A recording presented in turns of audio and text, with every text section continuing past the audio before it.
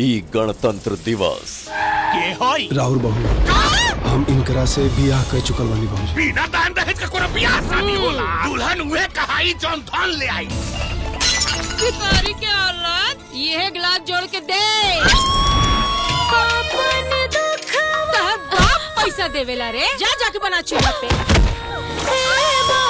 हम पानी पी पी के अपन पेट भर रहल बानी, हमरो के भूख लागल बा। आज खाना अगर अपना बिटिया से मिले खातिर इतना तड़पता रहे तो दोनों हाथ में 11 लाख रुपया सहेज ले। चलो ये हमारे चौकट पे। ई कल मुही तो घर से जाते ही नहीं थे। मौका मिलते हमने के अपन रूप दिखावल चाहिए।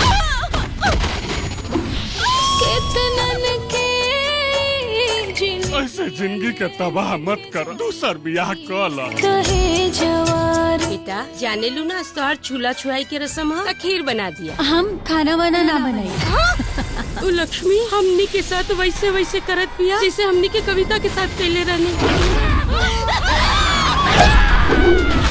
दादाजी आवा आवा, ओहे जे रउआ कविता के साथ कैले रहनी। वर्ल्ड टेलीविजन प्रीमियर में देखें दुल्हन वही जो धन लाए। 25 जनवरी शनिवार शाम 6 बजे भोजपुरी सिनेमा पर।